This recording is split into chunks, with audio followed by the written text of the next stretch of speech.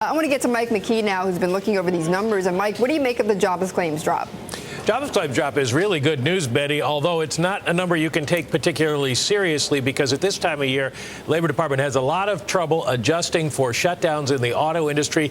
Auto industry plants are closed for retooling. Happens at different times during the month of July and sometimes late in June as they reschedule. So we don't really know how real this number is, but since it is a big drop, we're getting closer to that 400,000 number. It's going to be received well in the markets.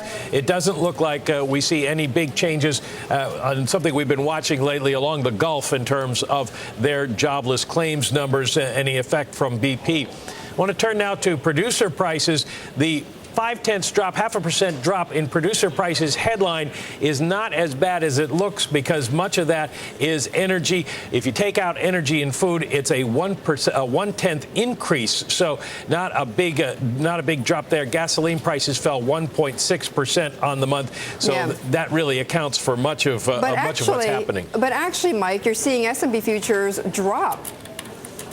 Well, there could be a number of reasons for that.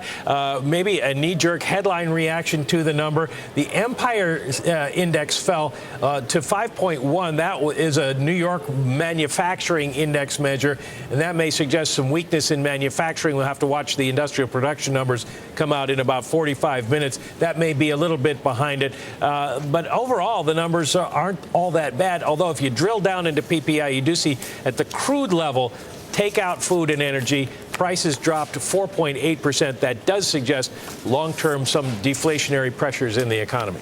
Okay, Mike, thank you. It's a little confusing to me just because we know how much the markets are paying attention to the jobs market.